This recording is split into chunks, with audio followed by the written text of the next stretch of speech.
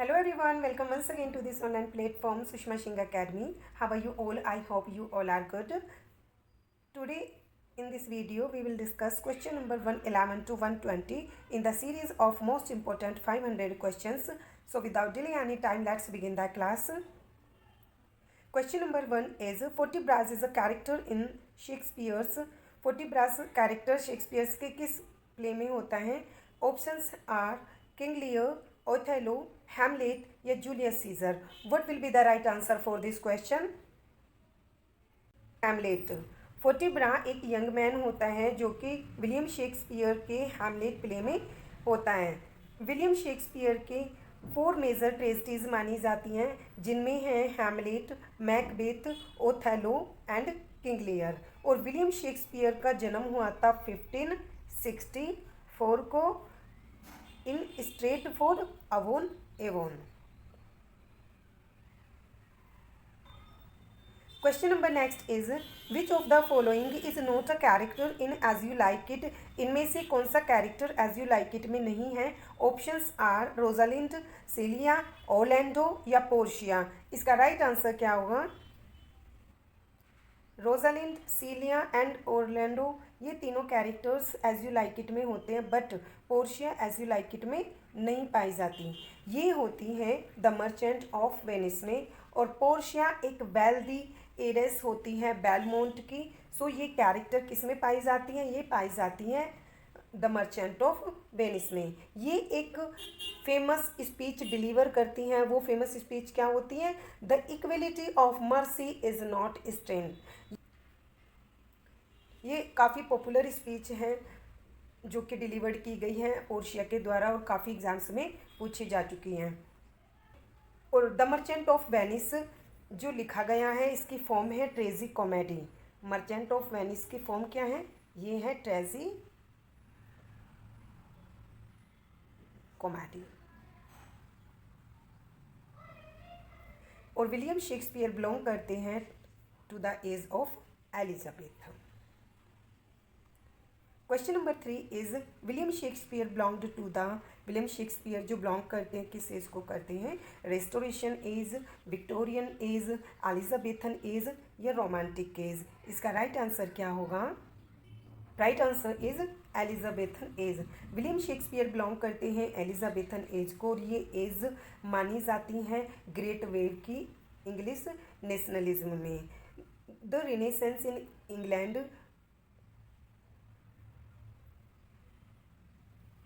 coincided with the reign of Elizabeth I, who was the Queen of England and Ireland from 1558 until 1603 से 15.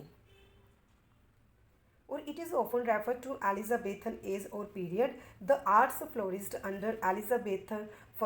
Her personal love for poetry, music and drama helped to establish a climate in which it was fashionable for the wealthy members of the court. और Shakespeare was known as the best playwright during the age. William Shakespeare Elizabethan age में सबसे best play writer के रूप में जाने जाते हैं. Question number 4 is Charles Darwin's origin of species was published in the year. जो चार्ल्स डार्विन की ओरिजिन ऑफ स्पेसीज पब्लिश हुआ था, इसका राइट आंसर क्या होगा? ऑप्शंस आर 1858, 1859, 1862 या 1857. What will be the right answer for this question? Right answer is 1859.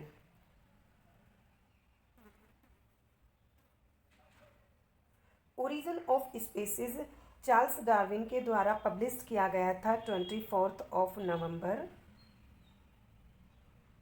1859 को. और ये वर्क एक साइंटिफिक लिटरेचर का वर्क माना जाता है बाय चार्ल्स डार्विन, जो कि एक फाउंडेशन माना जाता है इवोल्यूशनरी बायोलॉजी का. Question number 5 is what according to P B Shelley is intellectual beauty. P B Shelley के अकॉर्डिंग इंटेलेक्चुअल ब्यूटी क्या है? Options are the human mind dreaming, reason pushing away emotions या the human mind at work या the human mind solving political problems. इसका right answer क्या होगा? Dreaming. PB Shelley की दो मोस्ट ब्यूटीफुल पोएम्स मानी जाती है, जिनमें है hymn to intellectual beauty and Mont ब्लैंस।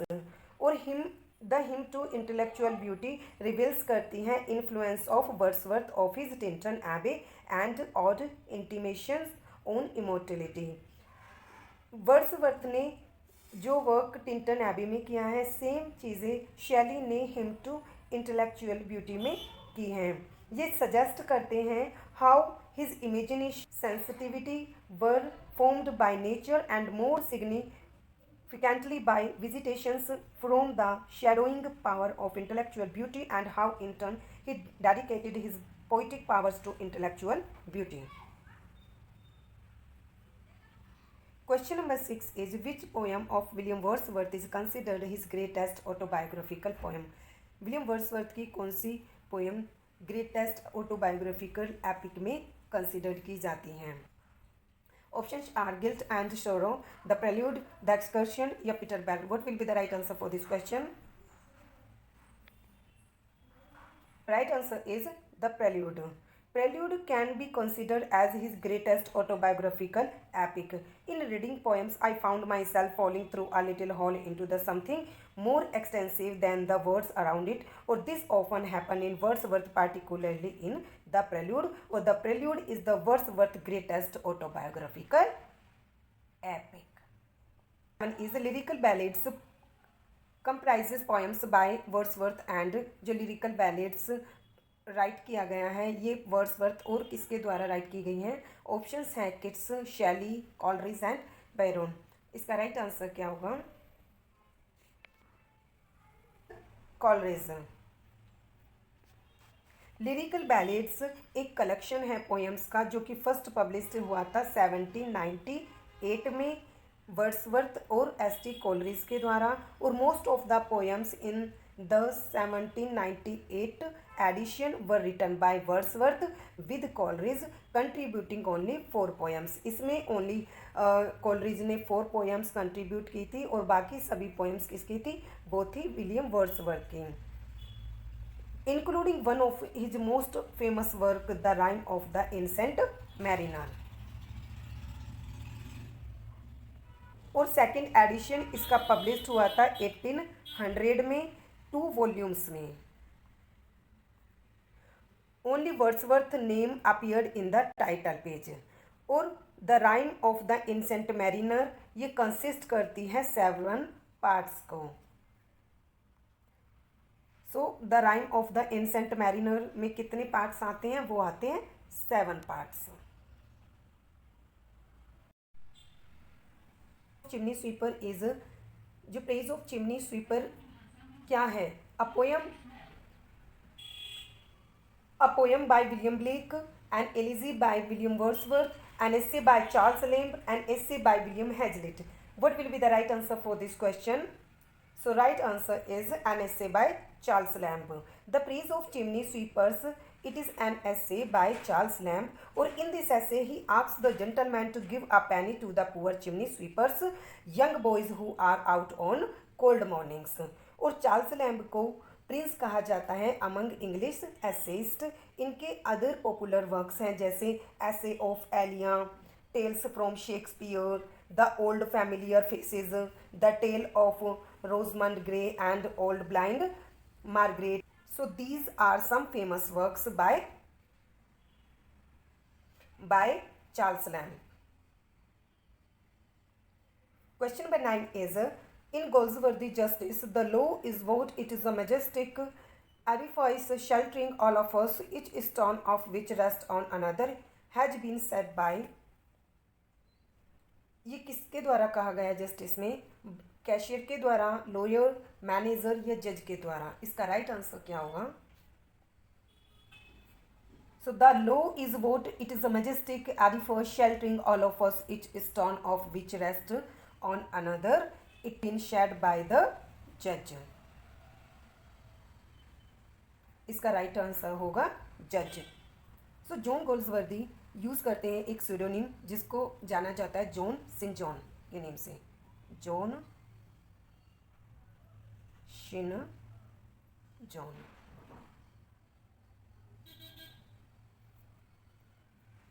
The island phrases जो कि 1904 में पब्लिश हुआ था, ये फर्स्ट बुक मानी जाती हैं अंडर हिज ओन नेम। और his literary career spanned the Victorian, Edwardian and Georgian areas. Question number 10 is which of the following works is not one of the Galsworthy plays. इनमें से कौन सा work गोल्सवर्दी के play में नहीं आता है। ऑप्शंस हैं the silver box, the silver spoon, strife या द ट्रोटर नामा। What will be the right answer for this question. The silver box, silver spoon और स्ट्राइफ, ये तीनों वर्क्स जॉन गोल्सवर्दी के हैं, बट द ट्रोटर नामा ये गोल्सवर्दी का वर्क नहीं है। ये वर्क है एलन शीले का, जिनका जन्म हुआ था 1951 में इलाहाबाद में, और his very first novel the Trotter Nama 1988 में जो पब्लिश्ड हुआ था, is a magical account of 7 generation of a dynasty. और अगर बात की जाए सिल्वर बॉक्स की, ये पब्लिश हुआ था इनका 1906 में गोल्सवर्दी के द्वारा, सिल्वर स्पून 1926 में एंड स्ट्राइफ इन 1909 में। इसके अलावा इनके इम्पोर्टेंट वर्क है जैसे जस्टिस, जो कि 1910 में पब्लिश हुआ था।